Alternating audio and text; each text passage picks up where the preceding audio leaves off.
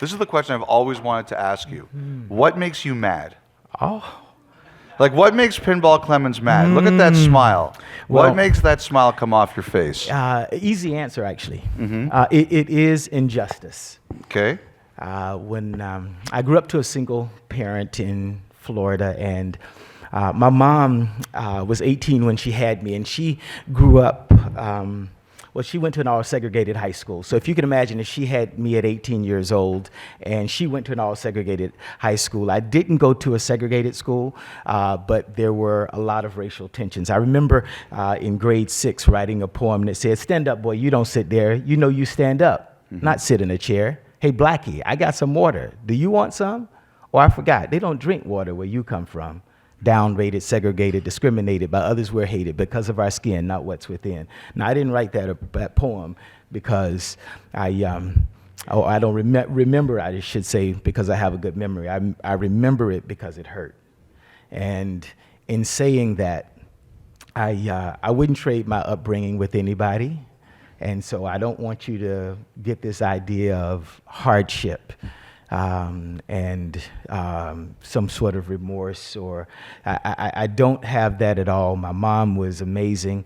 She prioritized education, and I really did have a soft pillow and a blanket as I grew up. I wouldn't trade my upbringing with anybody in the room, but I did feel that sting of feeling less than, unworthy, that somehow your life wasn't as meaningful as.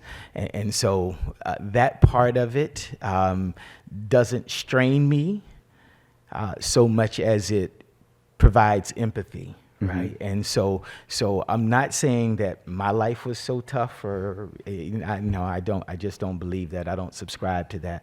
My mom was amazing and gave me a tremendous opportunity and leg up by prioritizing education. I could always run, right? When I was 8 years old, she took me to register for football, and they said I was going to be too small. And she says, "You don't know this boy.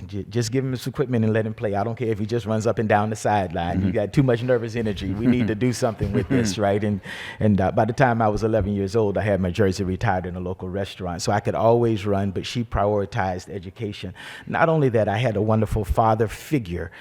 He wasn't there necessarily, but he was a father figure to many who didn't have fathers. So my dad was the first in his family to graduate from university. And so my own upbringing wasn't, while we were surrounded by all of the things, she helped me to navigate those things. I didn't really have a challenge in that construct, but it does bother me.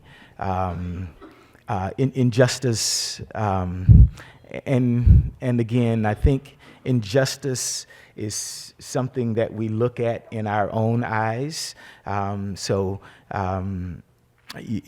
Injustice as a whole is obviously a terrible thing, but because of my experiences, some things that I feel are unjust, other people don't necessarily see the same way, and I can respect that, but it still doesn't mean that it doesn't tickle me. I understand. In the wrong way.